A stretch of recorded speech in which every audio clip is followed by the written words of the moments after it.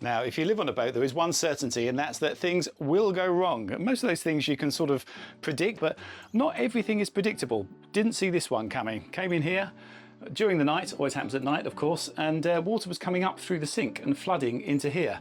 In addition to that, couldn't actually close the seacock. Now, all my seacocks work, I check them regularly, but it was stuck. And the reason it was stuck, what had happened, is that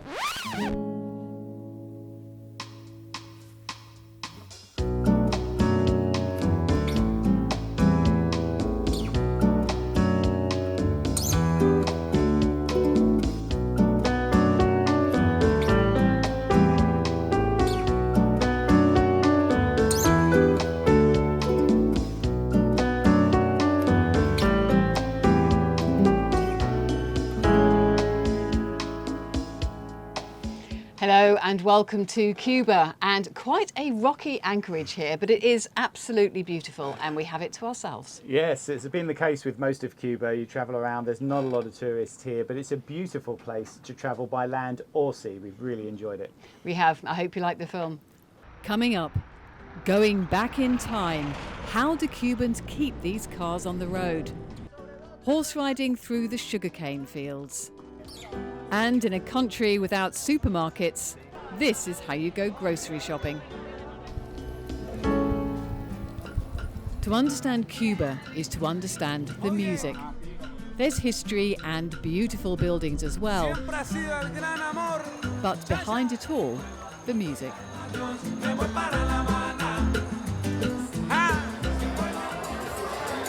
The sunset party at the Cienfuegos Club Nautico sets the scene. Flasks of local beer on the tables, on tap for refills, and a bartender who knows that cocktail making is an art. You have to crush the mint. This is the best $1 mojito you'll ever taste.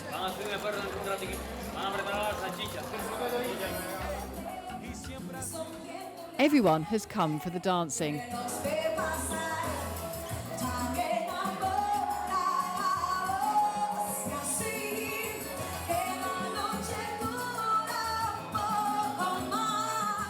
And they're good.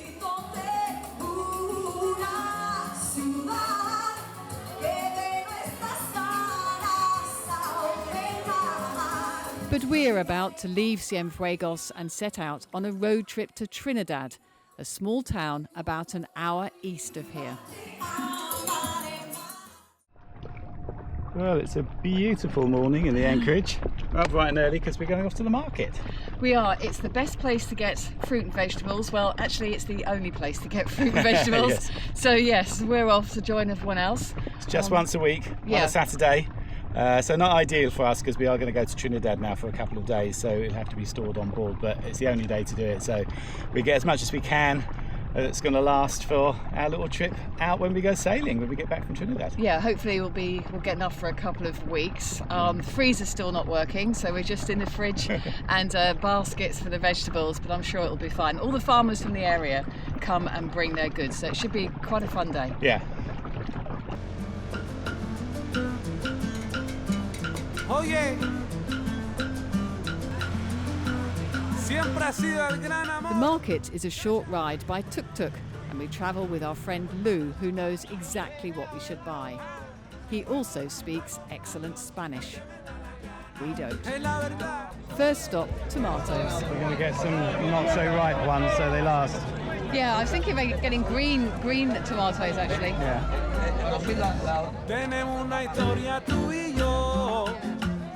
The market stretches the whole length and breadth of the road, and there are thousands of people here.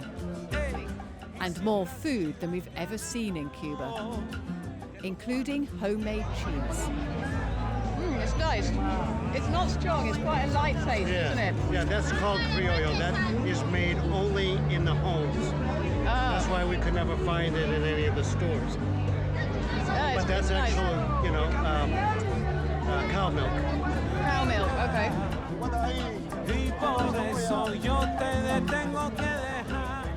We want to try new things, but draw the line at local spinach, which is quite bitter. But this we've seen before, and it's a bit like coriander. Delicious. Yo quiero, me voy. These are the famous mammy fruits. It's neither sour nor sweet. It has an orangey kind of flesh. Yep. I would call it as close to papaya as you can get, but it has a very distinctive flavor, and they make milkshakes out of it. They take the meat out and they grind it. I love it. You should try it since you're here. It's a staple of Mexico, but I think you should try it. Okay, great. And we can make milkshakes, so I'll make some milkshakes. Mami. It's delicious.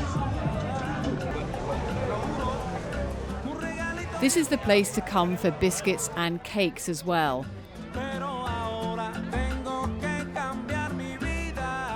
And meat. I've never seen a butcher's shop in Cuba. This is where everyone comes for their weekly shop. We get stocked up with bananas and plantains and get ready to leave.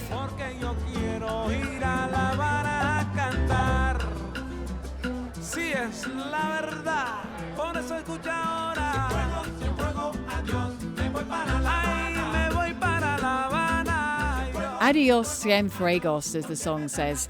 We're heading for Trinidad. It's a small town in the hills, which we're told is absolutely stunning. There is an anchorage here, but it's too shallow for us, so we're going by car. We arrive to the cobbled streets and more historic buildings and squares. In many ways, life has been like this for years, but there is a sense of better days gone past.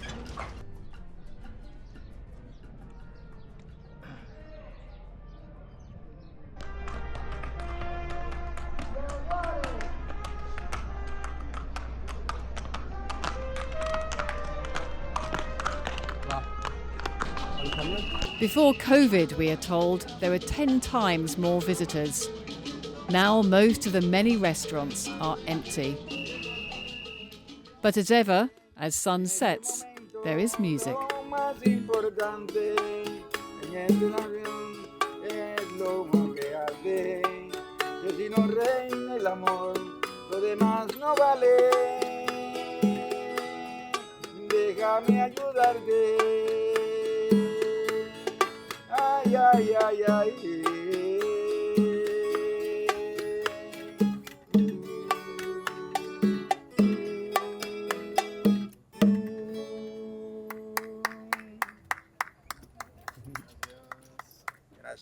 Very good.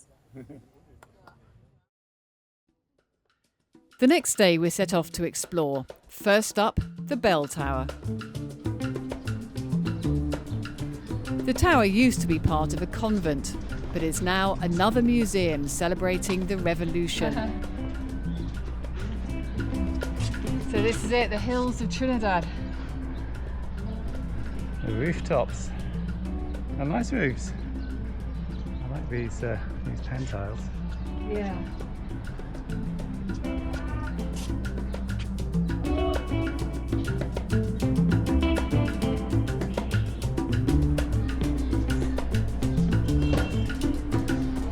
And the bells are impressive.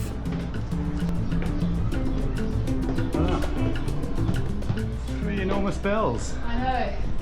There's something else even higher up. I think it might be another one.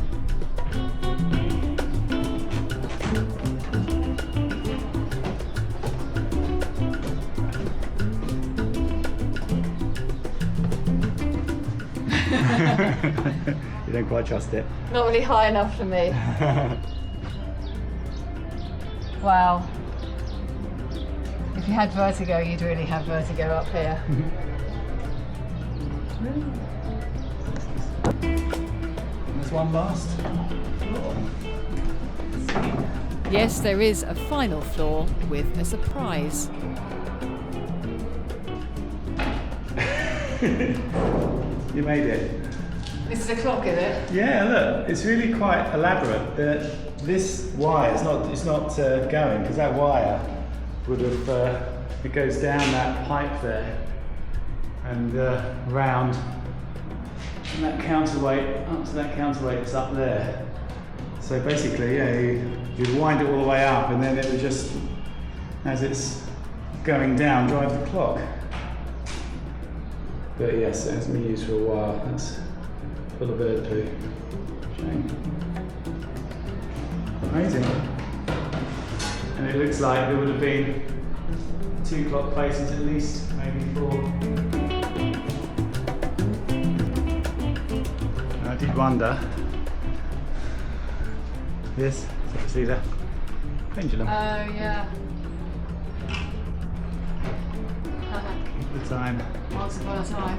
Yeah. The rest of the museum, well, it celebrates the revolution.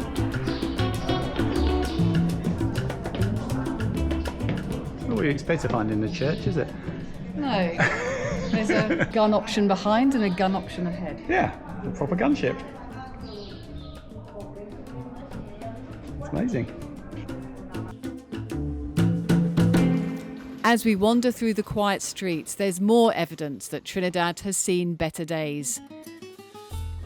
The buildings, once very grand, are crumbling. But you can see and feel the history.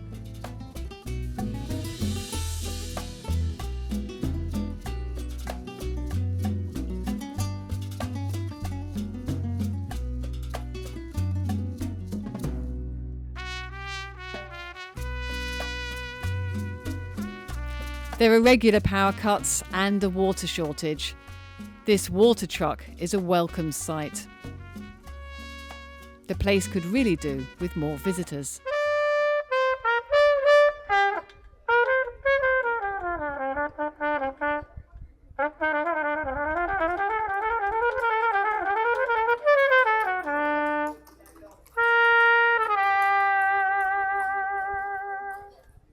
Thank you. Now, back to the horses. We're going on a horse trek. It's a strange place, isn't it? Got people out walking their birds. Yep. These guys thinking they're cowboys with their horses. I'm sitting on a cannon, which is apparently part of the revolution. I don't know what the plaque says, but it's an earlier revolution, 1898.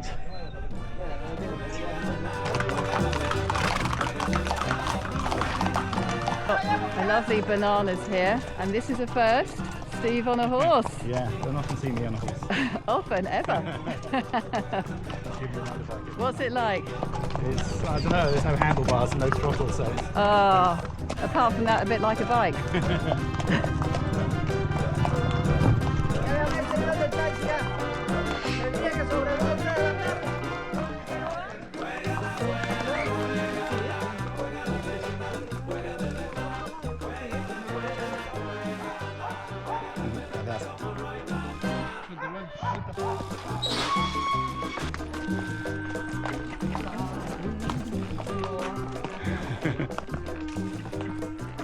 It's got a large cow.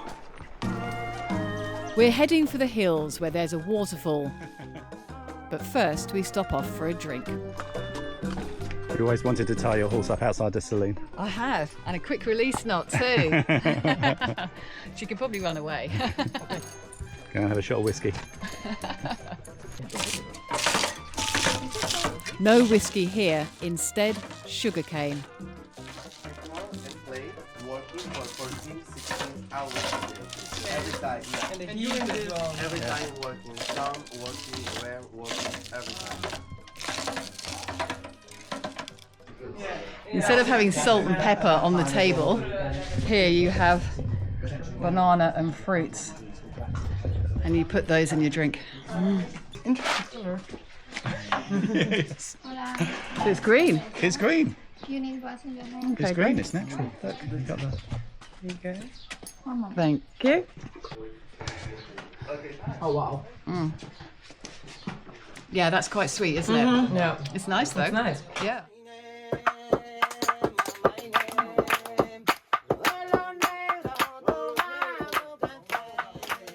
Now this is how you grind coffee beans.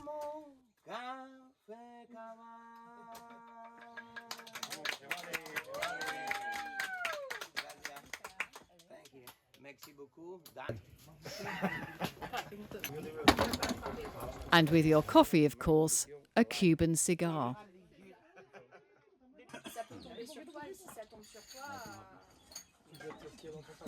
Yum, yum, yum. I'm going to put some of this mango syrup in as well. It's mango honey day. Mango honey. The bees have got their honey from the mango flower, apparently. And finally, the waterfall, a refreshing end to the horse trek.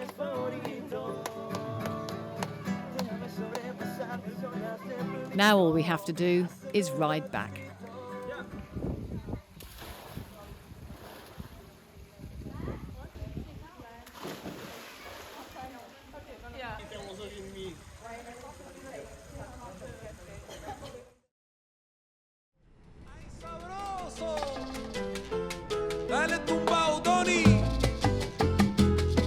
Our next road trip is north to Havana. A slightly longer ride in a shared taxi, but definitely worth it. We're heading for Old Town, which in the 50s and 60s looked like this. Now the cars are the same, but this building has all but gone. The area where we are staying is just a few blocks away. Casa David is in a street which looks quite run down, but inside the building has much of the old charm. In the middle of the foyer, a wishing well with a turtle and a small alligator. Don't get too close.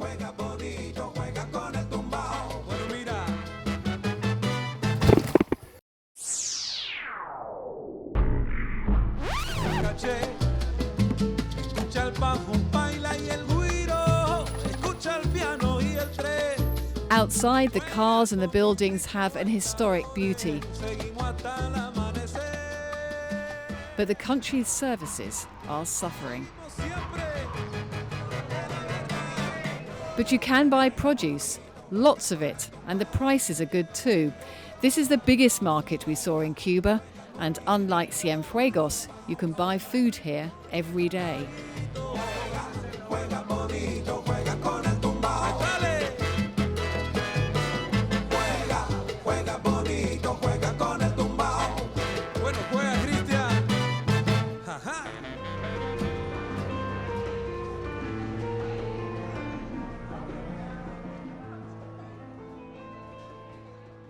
Havana's main square is stunning. Rows of classic taxis you won't find anywhere else in the world. And just looking at them simply lifts our spirits.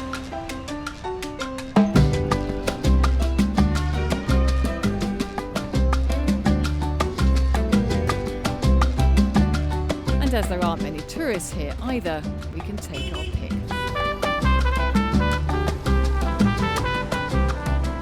For 1954, this one, and it feels a little bit like it has been around for a number of years, but very well maintained by Juan, who's the owner.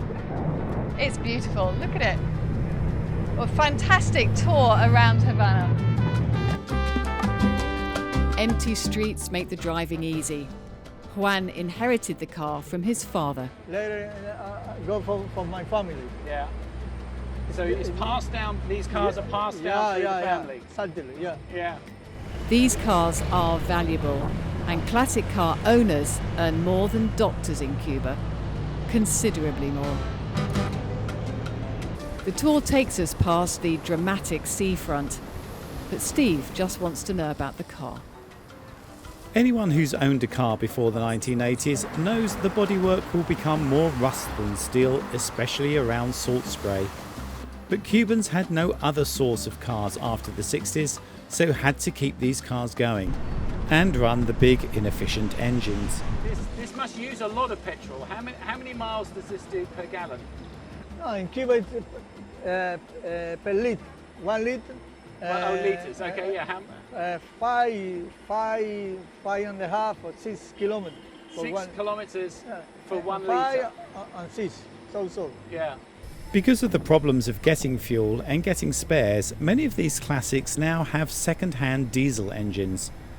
It's a testament to Cuban ingenuity, though, that some stay close to the original, with the odd replacement part sourced from the only place they had access to. So straight 6. Yeah. Is that a Weber carburetor? No, no, it's in the Russia. It's a Russian. Yeah, Ah, yeah, it's original, big trolley. yeah. Original, 3 kilometers, 1 liter. Wow. This yeah. is possible 6 for 1 liter. So yeah, it's a little bit more fuel efficient with Yeah. that one. Okay. Cool. Yeah, don't see engines like that.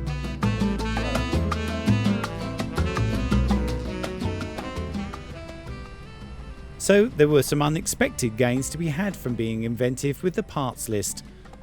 Many running components are just not available anywhere anymore, not even if importation was possible.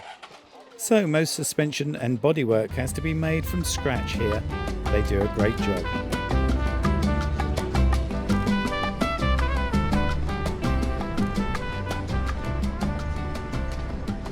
Inspection over, we drive out to the suburbs and spot the various embassies. The Canadians here. That's us. British.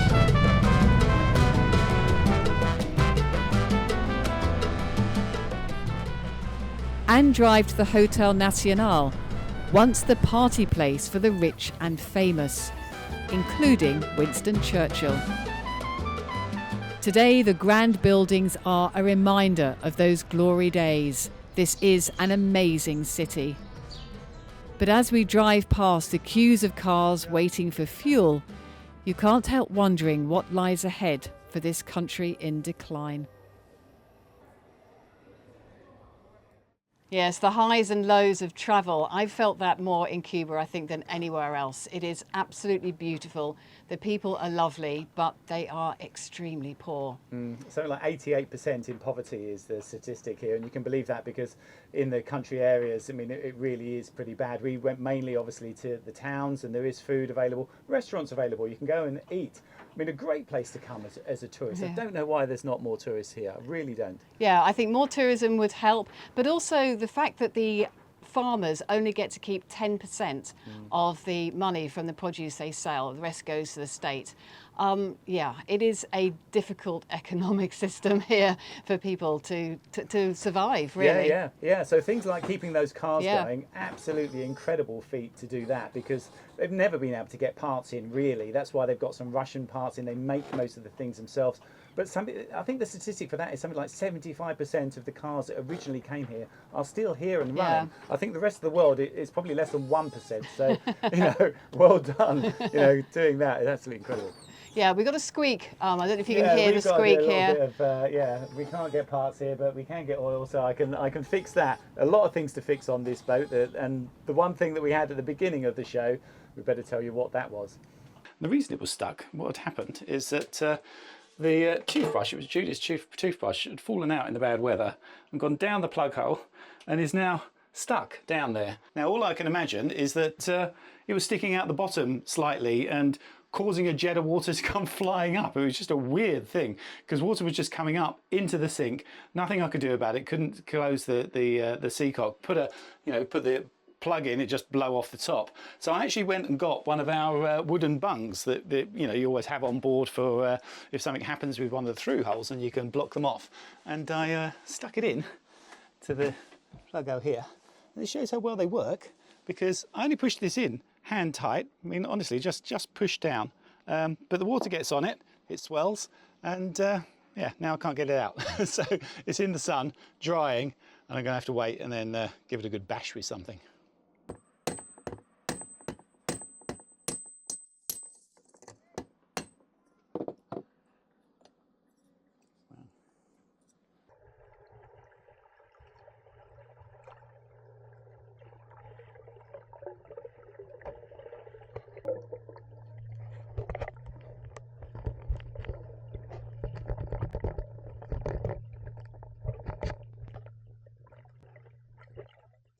So, toothbrush retrieved.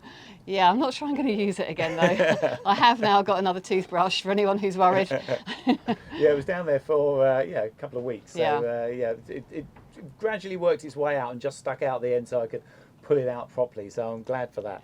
But while you were there, the bottom is still quite clean because we're going to go sailing around the south of Cuba now. round to Havana. So we'll do basically all of it really, because it's most of the south coast and all of the north coast to get over then to the Bahamas. There's keys all the way along the southern coast and a little bit on the northern bit as well, but they're very shallow. So you've really got to pick your places where you can try and get in. Hope that the wind's with you, because if you're caught outside, there's just not a lot of shelter.